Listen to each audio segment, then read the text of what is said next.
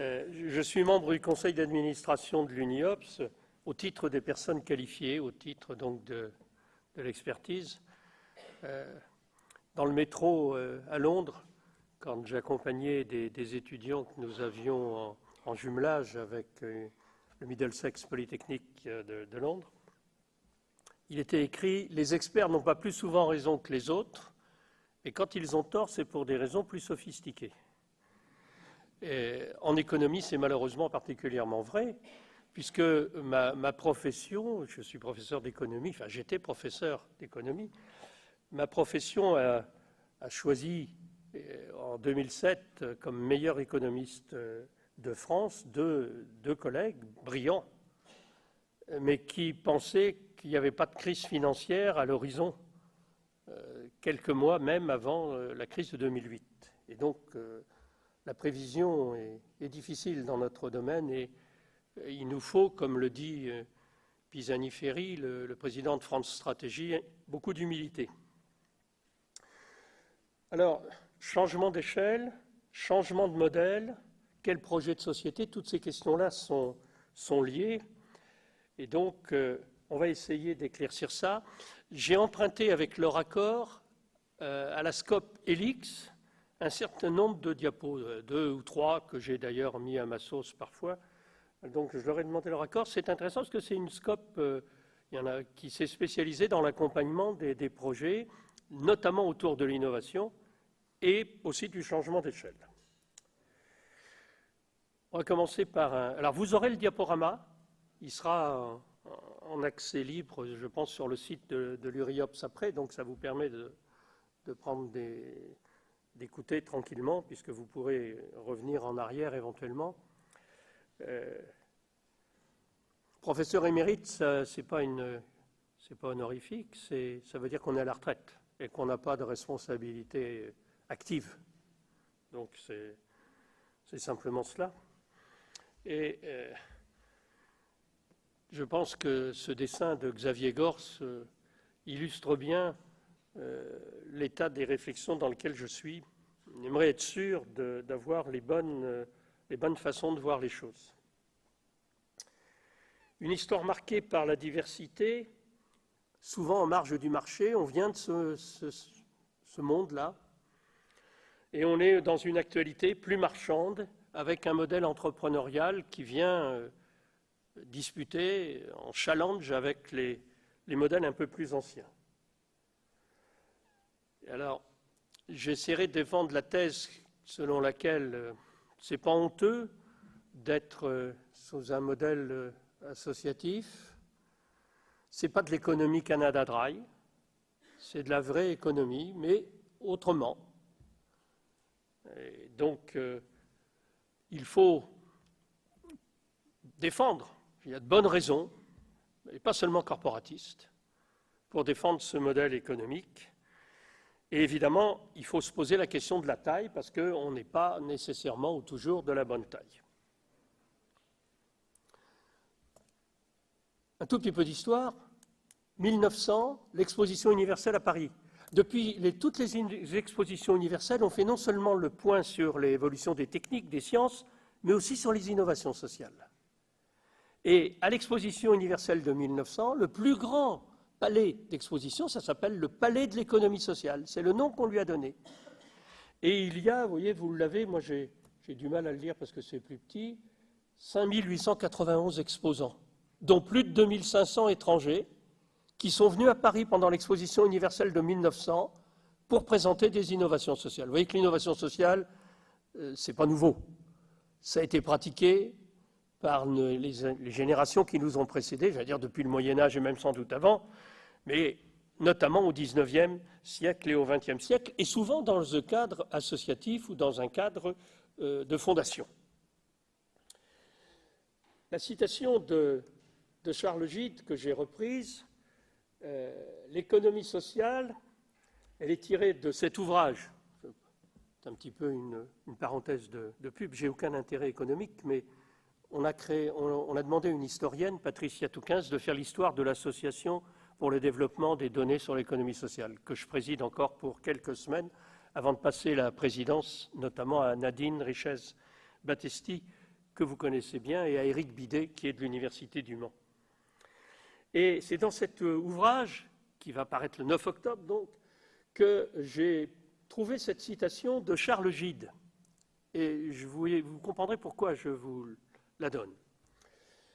L'économie sociale étudie de préférence les rapports contractuels, quasi-contractuels ou légaux, ça inclut donc la sécurité sociale que nous connaissons aujourd'hui, que les femmes et les hommes forment entre eux en vue de se constituer une vie plus facile, un lendemain plus certain, une justice plus bienveillante et plus haute que celle qui porte pour tout emblème les balances du commerce ou du commerçant.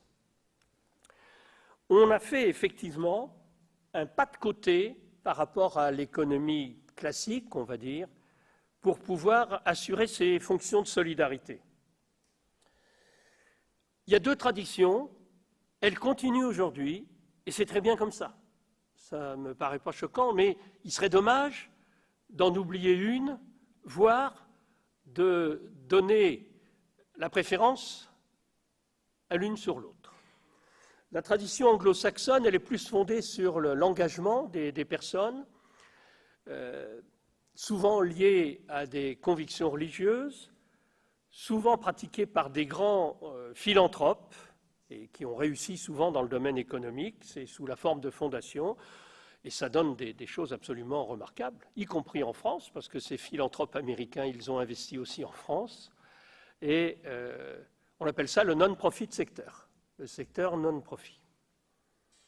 Et en Europe, on a une tradition qui n'est pas complètement différente, parce qu'on a aussi des fondations et des traditions un peu paternalistes, mais on est davantage sur un modèle d'égalité, de réciprocité, d'implication des gens. C'est pour ça qu'on parle d'économie sociale, là où on parle de tiers secteur ou d'économie du non-profit. Deux modèles qui coexistent, qui se mêlent, qui s'hybrident l'un et l'autre. Mais tout ceci, il y a des points communs. Une aspiration au progrès. L'idée que le progrès suppose qu'on s'engage. Et souvent, ce sont des personnes, des leaders, pas forcément des entrepreneurs au sens économique. C'est ça la nouveauté aujourd'hui, quand on parle d'entreprise sociale, mais bien souvent, les entrepreneurs sociaux, au départ, n'avaient pas l'idée de créer une entreprise. Ils savaient qu'ils engageaient des réponses, qu'ils s'engageaient dans l'économie aussi, mais pas sur un modèle d'entrepreneur individuel. Un appui majoritaire sur des ressources non marchandes. Les dons, pour les fondations, c'est évident, le bénévolat. J'y reviendrai. Les dons en bénévolat sont beaucoup plus importants que les autres encore. Le secteur associatif, tout secteur confondu, c'est 1 600 000 équivalents temps plein en salariat. Et en bénévolat, c'est plus d'1 400 000. Donc c'est en équivalent temps plein. Ce n'est pas un hasard si le secteur des solidarités s'est développé à côté du marché. Aujourd'hui, on voit le marché revenir sous tout un tas de formes, mais il faut comprendre pourquoi ça ne s'est pas fait d'emblée comme ça. Tout simplement parce que le secteur lucratif, c'est compliqué pour lui d'entrer dans le secteur quand il n'y a rien. Le service n'existe pas encore. Les gens qui ont des problèmes ont peu de moyens, ils ne sont pas très solvables. Donc, ils n'ont même pas parfois de demande, parce qu'ils ne savent pas qu'il y a une réponse possible aux problèmes qu'ils vivent. Tout est à construire. Les incertitudes sont fortes, les profits qu'on peut espérer sont très réduits. Peu d'opérateurs lucratifs s'engagent dans le secteur. C'est pour ça qu'il y a de la place pour le secteur non lucratif, qui, lui, est un peu plus favorisé. D'abord parce que ce secteur non lucratif, c'est les gens qui sont concernés par les problèmes qui vont se mobiliser. Le secteur de l'enfance en situation de handicap en est une illustration parfaite, mais on en trouverait beaucoup d'autres. La possibilité de mobiliser des ressources gratuites, notamment bénévoles, pour répondre aux problèmes, ça baisse les risques. Il n'y a pas besoin d'investir. Les gens investissent du temps. Ils s'investissent personnellement et parfois beaucoup, mais ce sont des ressources non marchandes. Et donc, ce ne sont pas des risques financiers. Et donc, on peut expérimenter plus facilement. C'est ce qu'on a fait. L'intuition qu'il était possible de faire quelque chose, la recherche d'une amélioration. Les incertitudes sont réduites, le ressort du bénévolat, de l'engagement et de l'altruisme est fort. Tout ça favorise plutôt des acteurs non lucratifs. C'est principalement pour cette raison qu'on est né en marge. Alors, je ne sais pas pourquoi il apparaît dans cet ordre-là. Il y a une proximité, évidemment, avec les acteurs publics, non-lucrativité partagée pour les uns ou pour les autres, une culture à distance du marché, administrer, ça n'est pas géré, comme on le sait, la nécessité d'un contrôle, vous voyez, donc il apparaît dans un ordre qui n'est pas le bon, comme vous pouvez le constater. On a voulu donner des droits aux personnes. Le marché sélectionne en fonction de la capacité à être solvable. Et donc, l'une des principales raisons pour laquelle on est hors marché, c'est aussi que pour que ce soit véritablement des droits, il faut que ce soit un accès universel à tous ceux qui ont besoin de la réponse du service. Et c'est pour cette raison que les prélèvements obligatoires sont mobilisés, qu'il y a des financements de solidarité. Et j'ajoute que pour faire un service public, il est arrivé dans l'histoire que les pouvoirs publics, les autorités de tutelle, demandent aux associations « mais vous ne pourriez pas intervenir dans le canton d'à côté, il n'y a rien ». C'est-à-dire qu'on organisait des monopoles. On n'était pas dans les années 60, dans les années 70, à essayer de mettre en place une concurrence dont les vertus me paraissent souvent assez limitées, il faut bien le dire. Je suis défenseur de la concurrence, mais quand elle a plus d'avantages que d'inconvénients. Ce n'est pas toujours le cas dans le secteur qui nous concerne. Donc, vous voyez, on était hors marché. Et ceci est en train de changer, de plus en plus. On est dans un nouveau monde. Alors, c'est vrai qu'à l'âge que j'ai l'impression d'être quand même un peu dans l'ancien monde. Et je suis d'autant plus dans l'ancien monde que quand je remonte mon arbre généalogique, je trouve beaucoup de fonctionnaires. Un éclusier, un facteur, un militaire de la Marine nationale. Et mon père était employé à la sécurité sociale avant d'en devenir directeur. Donc je suis un enfant de la sécurité sociale, sans doute ça a dû modifier un petit peu mon cerveau. Donc je suis peut-être un peu trop de l'ancien monde. Il faut me le pardonner, je vais essayer quand même de comprendre le nouveau monde. La situation est bouleversée parce que déjà, les pouvoirs publics fonctionnent de plus en plus comme des entreprises. Le nouveau management public a...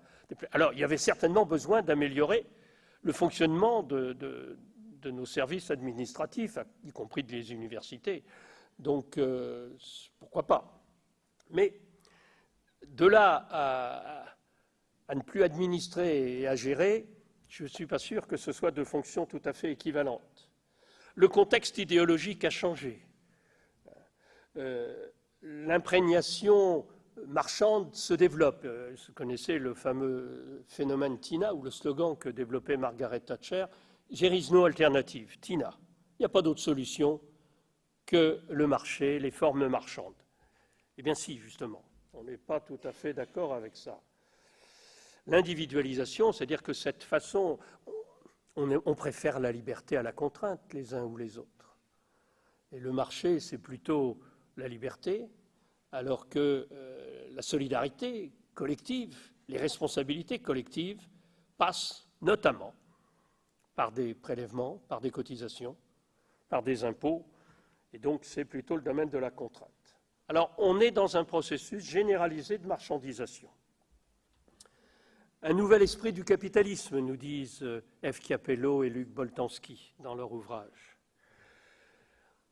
C'est vrai que ce n'est pas un hasard si ce sont les écoles de commerce qui se sont engagées dans les entreprises sociales très rapidement. C'est qu'on a envie de moraliser. Vous voyez, travailler. Moi, j'ai rencontré beaucoup d'étudiants qui venaient, notamment en formation continue, à 40 ans et qui avaient réussi leur vie professionnelle, mais qui voulaient donner davantage de sens à leur vie. Et donc, ils venaient pour se réorienter et éventuellement venir travailler dans le secteur qui est le vôtre. Parce que ça avait plus de sens que de chercher uniquement la rentabilité d'une entreprise, quelles que soient les qualités de cette entreprise, pour améliorer la rémunération des actionnaires. C'est quand même un peu limité comme finalité. Et donc, plus généralement, les entreprises sont conscientes que servir la seule valeur actionnariale n'épuise pas la responsabilité dans la société qu'elles ont. L'ADES va primer un prix de thèse le 9 octobre. C'est une historienne qui a travaillé sur les coopératives au Wisconsin entre 1870 et 1930. C'est une thèse remarquable. Et dans cette thèse, on découvre que les entreprises classiques, presque à la fin du XIXe siècle, jusqu'en 1900 presque, elles étaient conçues aux États-Unis comme devant assurer un service public. Elles n'étaient pas conçues comme étant au service des communautés dans lesquelles elles vivaient. C'est étrange. Alors elles se sont émancipées, les entreprises américaines, et elles ont acquis une totale indépendance et se sont éloignées de cette image. Mais dans l'Amérique, nouveau monde, qui naît au XIXe siècle, au départ, l'image qu'on a des entreprises et des entrepreneurs, c'est qu'ils assurent une responsabilité pour la communauté, et pas seulement la recherche de la lucrativité. C'est intéressant. Alors, on a quitté cette image-là, c'est fini. Ça, c'était au XIXe siècle. Et on est rentré dans une image plus... Mais vous voyez que quand on débat de la loi Pacte en France, on retrouve d'une certaine manière les idées sur lesquelles les Américains avaient construit en partie leur modèle économique et politique au XIXe siècle. Alors ça, c'est une première. On veut moraliser les entreprises, responsabilité sociale des entreprises ou sociétale des entreprises, idée du développement durable, investissement socialement responsable, etc. Parfois, c'est purement un affichage. Souvent, c'est une réalité vécue dans les entreprises, quelle qu'elle soit. Et puis alors, la deuxième idée, c'est que, comme on a réussi dans le domaine économique, on n'a pas peur des autres domaines, et notamment du domaine social. On devrait réussir. Donc on va transporter tous les outils d'un domaine dans l'autre. Alors ça soulève deux espoirs. On a du mal avec nos financements publics, et il est vrai que les prélèvements obligatoires ont des limites, et que par conséquent l'argent public, l'argent social sera toujours limité, contingenté. Il n'y a pas d'âge d'or ou de paradis sur Terre sur ce plan-là. Il faut vivre avec ces contraintes. Donc les financements publics sont limités. Peut-être que d'autres formes de financement privé pourraient apporter des réponses complémentaires. On verra ce qu'il en est. Et la deuxième idée, c'est qu'on a des crises tellement complexes aujourd'hui, la crise écologique, les problèmes climatiques, les crises politiques. Nos systèmes politiques sont en difficulté, manifestement, la crise économique, la crise sociale.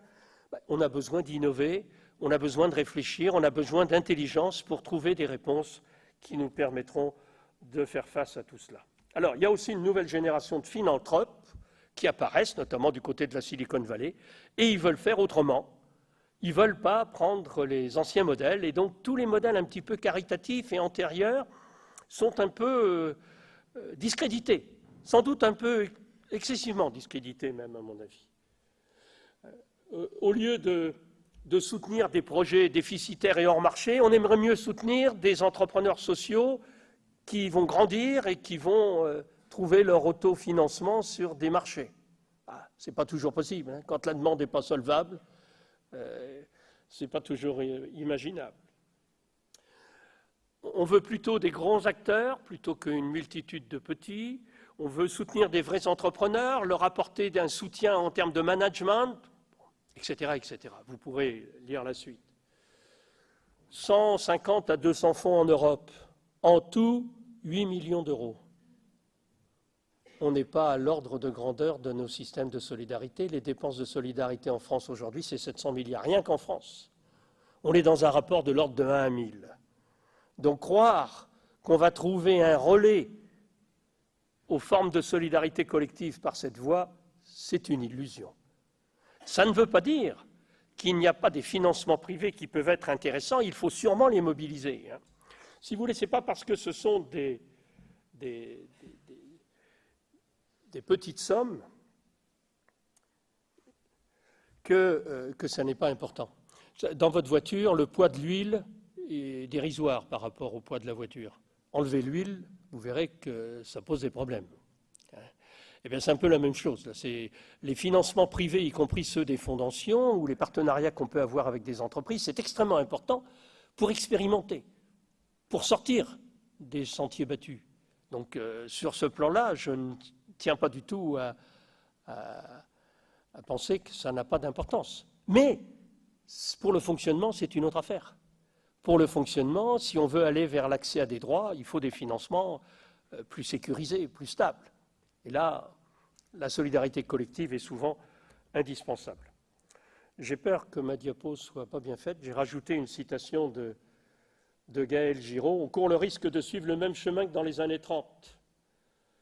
La privatisation des ressources naturelles, du travail, de la monnaie, amorcée avec la première vague de mondialisation, a conduit à une hausse des inégalités, au chômage, à une dépression déflationniste, intolérable pour les sociétés. Ces évolutions ont provoqué une forte réaction populiste, analogue à celle que nous rencontrons aujourd'hui. Je crois que ma diapo ne va pas bien passer, mais c'est bien ce que je pensais. J'ai fait l'étourderie. Vous découvrirez l'image qu'il y a derrière. C'est une image qui montre les inégalités, la part des 10% les plus riches.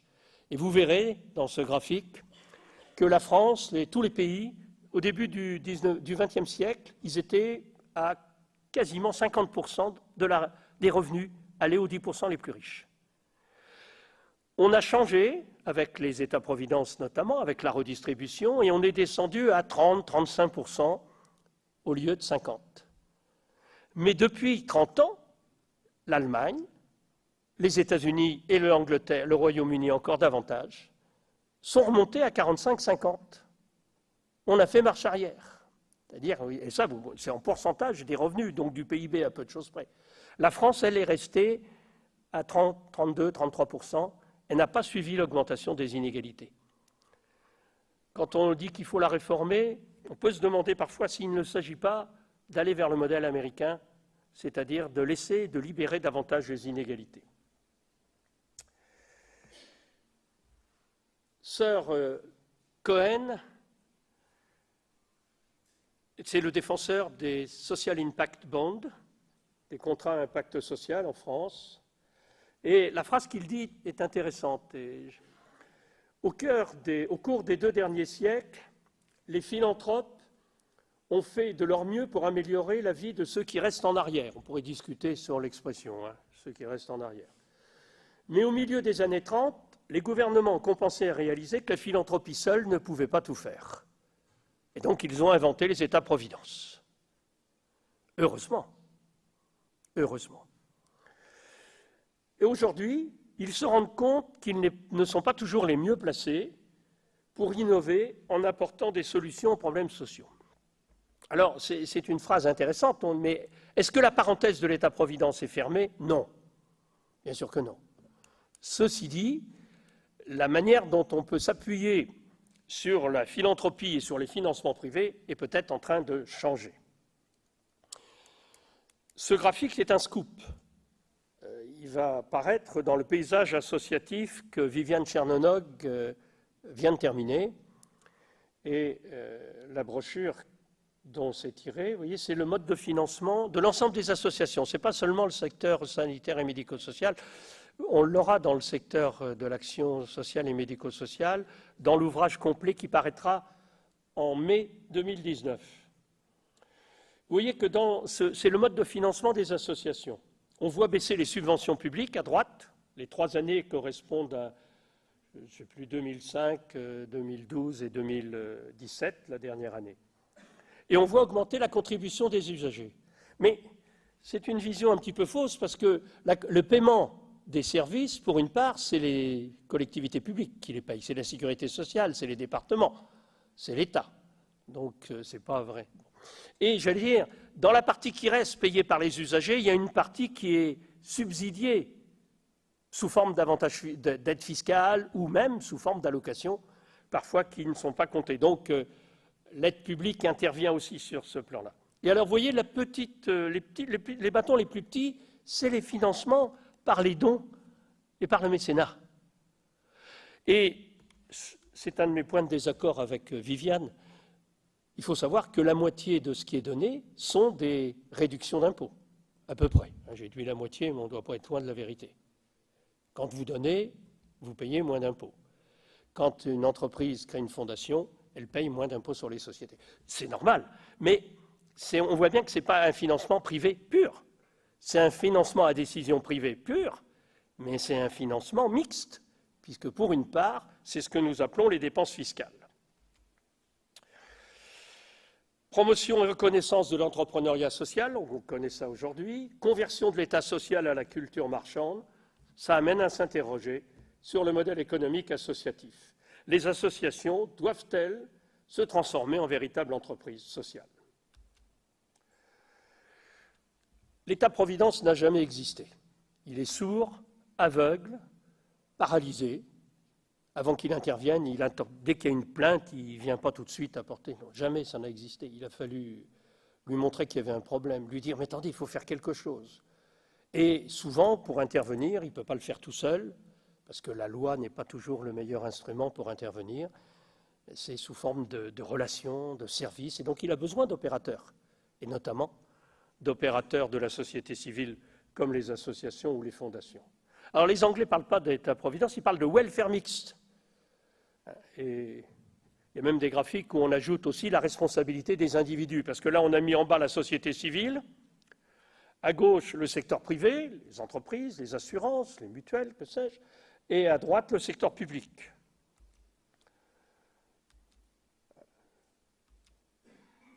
Et les politiques. Alors, aujourd'hui, la tendance serait plutôt à aller vers l'entreprise sociale et à changer d'échelle. Il y a un excellent guide, si vous voulez changer d'échelle, je ne vais pas le répéter, mais l'ESSEC qui s'est intéressé, elle a créé une mission sur le changement d'échelle en 2010. Et de même que l'impact investing, l'investissement à impact, ça vient de la fondation Rockefeller qui a investi 10 millions de dollars en 2004 là-dessus. Vous voyez, donc il faut bien voir la genèse des choses. C'est intéressant d'ailleurs. Hein. À droite, vous avez le rapport de l'OCDE et de l'Union européenne. C'est un rapport au niveau de la commission que je préside à l'UNIOPS qui a été l'objet de réflexions, de débats et de critiques. Pourquoi? Parce que comment on définit dans ce rapport les entreprises sociales? Le rapport, une valeur qui profite aux communautés locales et à la société dans son ensemble. Bon. Un objectif, élargir et approfondir leur impact social en créant de la valeur pour les citoyens, les communautés et la société dans son ensemble. Tout ça me rappelle quelque chose, c'est-à-dire que les associations et les fondations de solidarité, c'est ça. Leurs services, elles se focalisent sur le contexte local, présentent une forte intensité de main-d'œuvre et sont fondées sur le relationnel, puisqu'elles dépendent fortement de l'interaction entre les prestataires et les utilisateurs des services, les bénéficiaires. Et enfin, leur gouvernance est une gouvernance participative. Toutes les associations de solidarité, ou quasiment toutes, vont rentrer dans cette définition. Donc vous êtes des entreprises sociales sans le savoir, si la définition est bonne. Or, dans le rapport, le malaise vient du fait qu'on fait comme s'il y avait d'un côté les entreprises sociales, de l'autre les entreprises classiques, mais quand on regarde les statistiques, on ne prend que les nouvelles entreprises sociales dûment labellisées avec un entrepreneur, surtout. Il faut un entrepreneur, sinon ce n'est pas une entreprise. Alors évidemment, on trouve que le maillage est faible. Le seul exemple dans le rapport qui est pris, c'est le groupe SOS. Ils n'ont pas trouvé d'autres exemples. Bon. Éventuellement, on ajoute parfois Ciel Bleu. Initiative intéressante aussi, strasbourgeoise en l'occurrence. Mais comme on fait comme s'il n'y avait rien d'autre, comme s'il n'existait pas d'association de solidarité. Forcément, la conclusion, c'est qu'il faut encourager les États à stimuler l'offre d'entreprises sociales, à favoriser les entreprises sociales pour mailler plus sérieusement le territoire. Faire un rapport sur les entreprises sociales sans penser qu'il en existe d'autres formes que celles qui sont récentes, c'est une manière d'aborder le nouveau monde qui est bien inquiétante, qui est bien triste, parce qu'elle fait fi de tout l'héritage. Comme si tout ce qui était vieux était obsolète, était à abandonner. pour aller vers un nouveau monde. Jamais la société ne s'est transformée de cette manière-là. Jamais. Ça, c'est des véritables révolutionnaires. Et c'est dangereux. C'est dangereux. Parce que, d'une certaine manière, ça obéit, si on suit ce type de rapport, on va vers un eugénisme institutionnel. C'est-à-dire qu'on va choisir les organisations qui ont le droit de vivre et qui peuvent se développer, et celles qui doivent disparaître. C'est pour cette raison que confirmer l'identité des entreprises sociales est souhaitable. Alors, je voudrais d'abord éclaircir un certain nombre de problèmes. Il ne s'agit pas de dire que les associations ou les fondations n'ont pas aussi en leur sein souvent une entreprise. Une association, c'est une communauté de personnes et une entreprise, avec beaucoup de points communs avec les entreprises classiques. Il ne s'agit pas non plus de négliger l'aspect économique. Dès qu'on est une association gestionnaire et qu'on a des responsabilités économiques, le souci de l'efficience, alors on peut s'interroger sur les critères pour évaluer cette efficience, mais le souci de ne pas gaspiller, y compris les ressources bénévoles. Quand vous interrogez les bénévoles, ils ne tiennent pas à perdre leur temps, ils veulent que ça serve ce qu'ils font. Et donc, il y a un souci d'efficience derrière les bénévoles et chez les bénévoles. Et même chose pour les financements publics. Évidemment, il ne faut pas les gaspiller. Donc, ce n'est pas contre l'économisation. Hein. Parfois, on avait tendance à dire, dans le domaine associatif, si, on est dans l'économie. Et ce n'est pas une économie Canada Dry. Et donc, il y a des exigences économiques. Ce n'est pas contre cela. C'est contre l'idée que l'entreprise sociale, c'est uniquement un entrepreneur avec un projet d'entreprise et la recherche d'une certaine lucrativité, même si elle est limitée.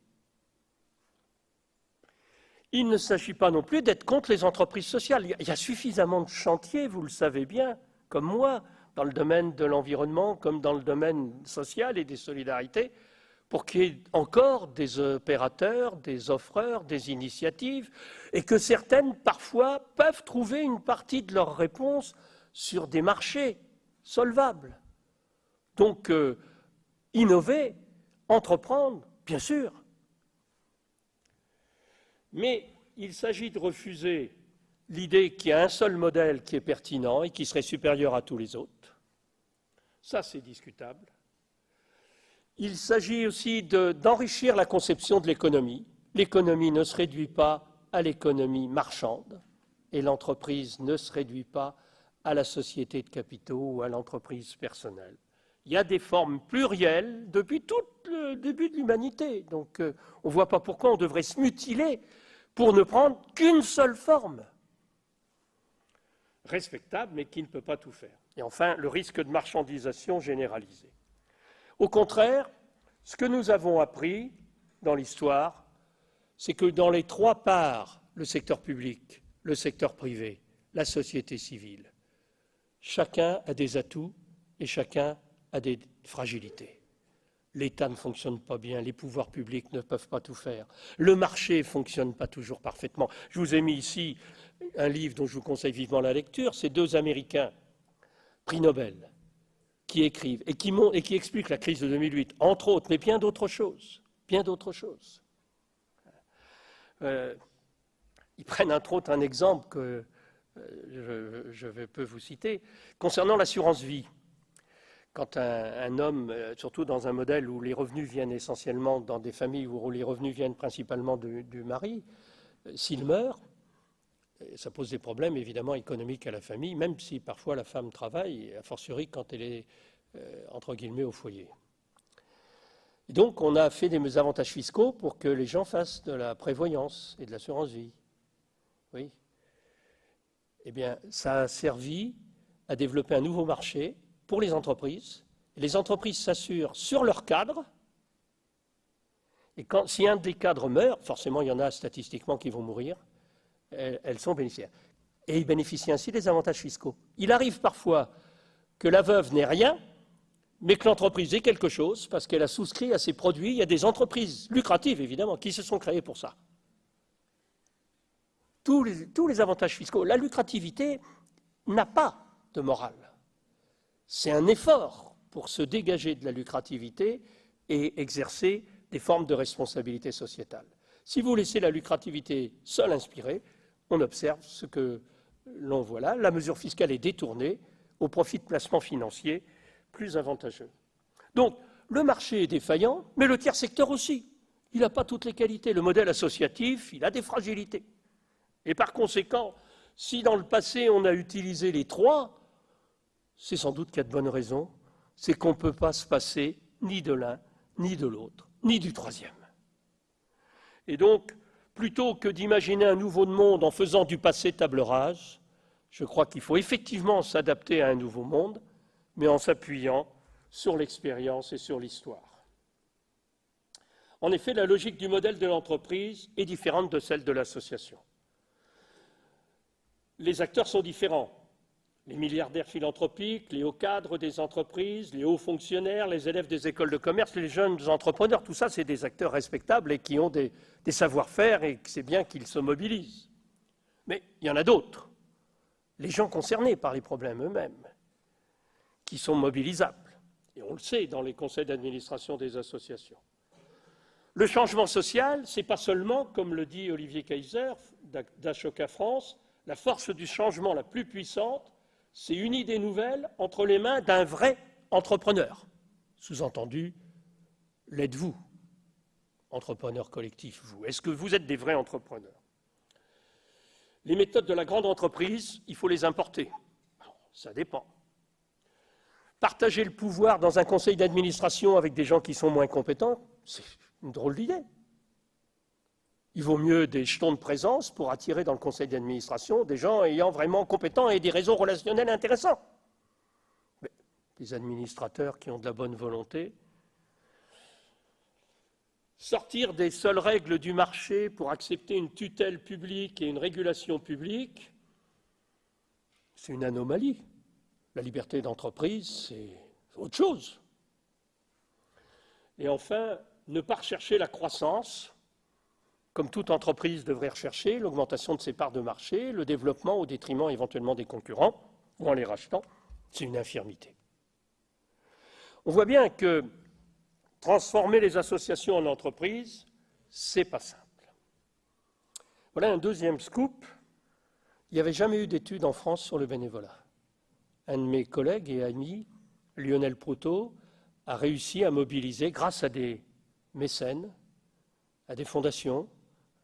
Il lui a fallu dégager, je crois que c'est je ne sais plus combien, je risque de me tromper, 300 ou 400 000 euros, quelque chose comme ça, parce que sinon on ne peut pas le faire. Une enquête, il n'y avait pas d'enquête sur le bénévolat, c'est-à-dire on n'interrogeait pas les gens pour savoir s'ils étaient bénévoles et comment ils étaient bénévoles. Voyez, on interrogeait les associations, ce que fait Viviane Tchernonog depuis longtemps, c'est très intéressant, et on demande aux associations si elles ont des bénévoles. Oui, mais ce n'est pas la même chose, ce n'est pas une enquête sur les personnes. On part des associations pour essayer d'atteindre le bénévolat. Là, on aura la première enquête sur le bénévolat qui va paraître bientôt grâce à cet effort de mécènes et de fondations. Et alors, je vous l'ai mis parce que la partie orange, c'est le bénévolat dans l'humanitaire, la santé, l'action sociale et médico-sociale. Souvent, dans les autres enquêtes, on avait l'impression que le sport avait plus de bénévoles. C'est vrai, le sport a beaucoup de bénévoles et le sport ne vivrait pas sans le bénévolat, mais le secteur qui nous concerne, non plus. Et c'est en croissance même. J'ai dû mettre une autre diapo, vous la lirez à tête reposée, je la laisserai celle-là. C'est le secteur où le bénévolat augmente le plus depuis 5-6 ans. Donc ce n'est pas le passé, c'est la réalité et c'est en plein développement. C'est d'ailleurs, alors vous voyez, si les associations devenaient des entreprises, on pourrait voir un appauvrissement du tissu associatif dans les territoires, dans les quartiers, dans les territoires ruraux, un formatage de l'offre, ben oui, parce que si on a un grand groupe, on va formater le processus, c'est donc des comportements de consommateurs plutôt que de participants. Une éviction des motivations intrinsèques. Les motivations intrinsèques, c'est le sens de ce que je fais qui compte. Les motivations extrinsèques, c'est ce qu'on me donne en contrepartie, en argent ou en honneur. C'est difficile de faire coexister les deux. C'est-à-dire quand vous favorisez les motivations extrinsèques, ça tend à faire fuir les motivations intrinsèques. Donner un exemple, une crèche en Israël, il y a des gens, les parents arrivent en retard le soir. Bon, On décide de les pénaliser. Donc on met une taxe pour les parents qui arrivent en retard. Qu'est-ce qui s'est passé? Triplement du nombre de retards. Les gens considéraient que c'était le prix de l'heure supplémentaire.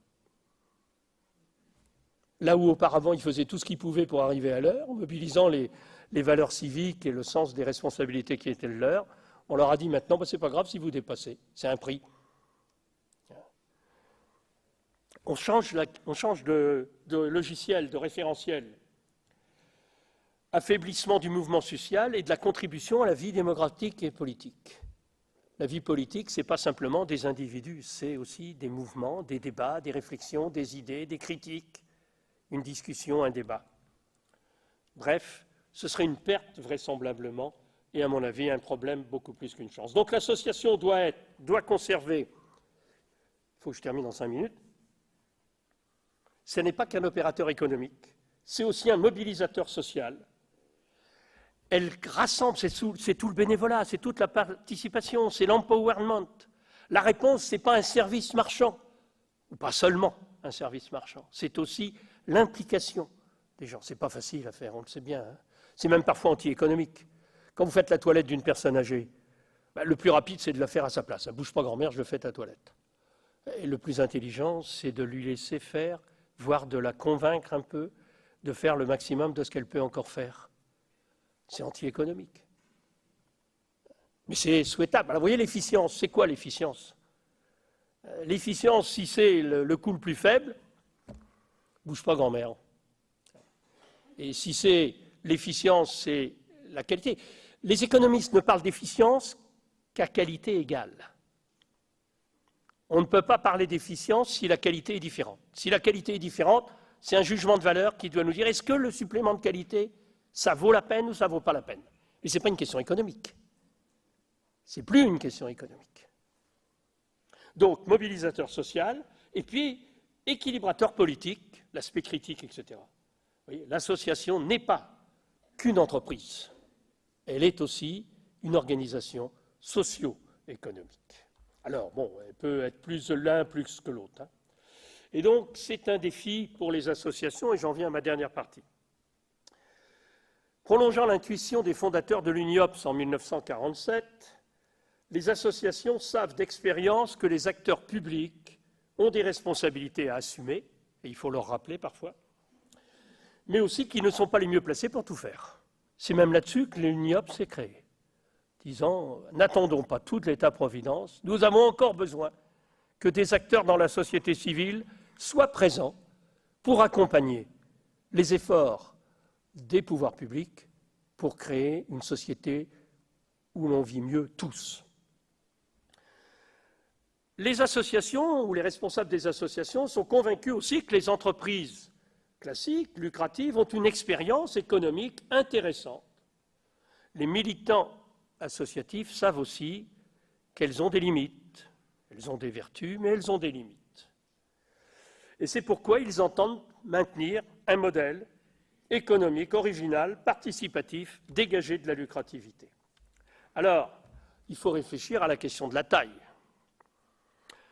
Chaque association, les histoires des associations, c'est intéressant, c'est amusant même parfois, et c'est passionnant en termes historiques. Mais ça donne des résultats où la taille optimale n'est pas toujours la bonne. Parfois on est trop petit, parfois on est déjà trop gros.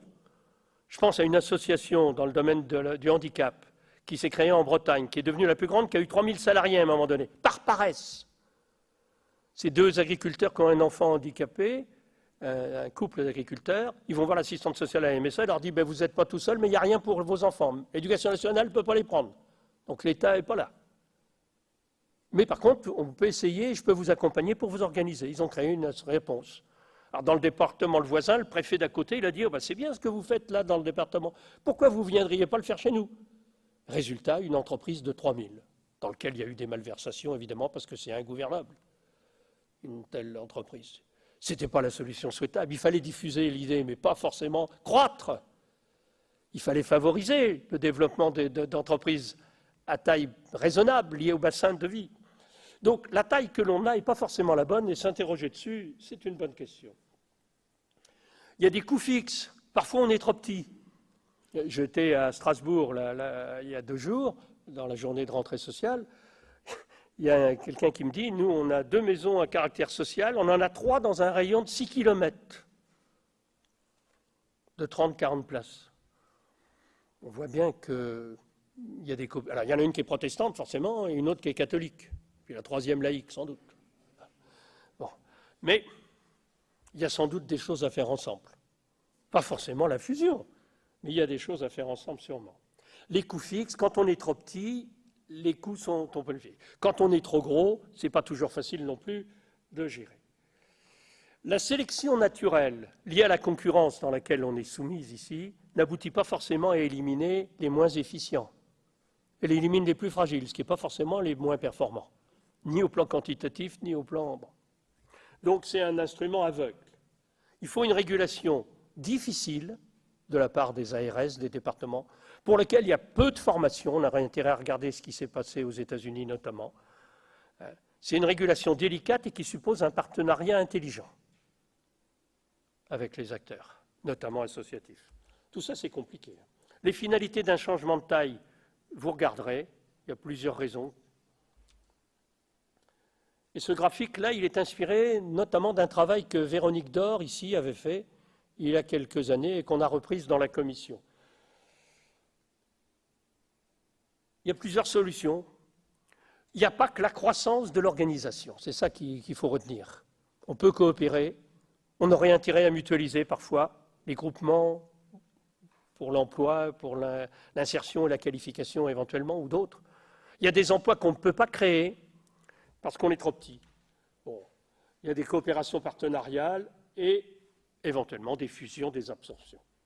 Alors, attention, un modèle défaillant peut conduire à la perte d'autonomie, c'est ce dont parlait M. Baratier tout à l'heure, des ASH. Je vous renvoie, nous ne sommes pas des voitures, parce que là, c'est une entreprise lucrative qui récupère les associations en déshérence, on va dire. Vous avez des associations. Alors, une association qui, j'ai fait le calcul, une association qui fait faillite par semaine, c'est rien. Ça fait de l'ordre même pas 1 pour 1000, vous voyez, quelque chose comme ça, ou 2 pour 1000. C'est moins que la moyenne des entreprises. Faut, vous voyez, faut se méfier des chiffres, il faut rapporter au nombre d'entreprises du secteur. Voilà. Bon. Mais c'est quand même toujours un problème. Là, c'est une franchise sociale. Je vous invite à aller le voir. Ça a eu un prix, ça a été primé dans le programme French Impact. Moi, je trouve que ce qui est bien dans ce projet-là, c'est qu'on ne sous-estime pas les coûts de la diffusion d'une innovation. Ce qui est moins bien, c'est qu'ils ont repris le modèle de la franchise économique capitaliste sans l'amender du tout pour l'adapter, à mon sens, à ce qui devrait être les rapports au sein ou dans le cadre d'un système de franchise sociale entre associations. Bon, mais ils vont progresser, à mon avis, ce sera nécessaire. Là, en Basse-Normandie, un CCAS, des associations du handicap, des personnes âgées, un hôpital public, une mutuelle qui gère des services, trop petits dans le bassin de l'Orne. En se mettant ensemble, ils arrivent à créer des emplois partagés. Et donc, ils ont les compétences, notamment en paramédicaux, dont ils ont besoin et qu'ils n'auraient jamais pu avoir autrement. Pas besoin de croître. Si on a la bonne taille pour le métier que l'on fait, ce n'est pas nécessaire de croître. Mais si on reste tout seul, là, la petite taille devient un handicap. Alors, des pistes à explorer. Maintenir ouverte la possibilité d'une identité duale des associations, une entreprise, le mieux gérée possible, mais aussi une communauté de personnes quand elle est vivante. Quand l'association est morte, qu'elle se transforme en autre chose, c'est déjà moins grave.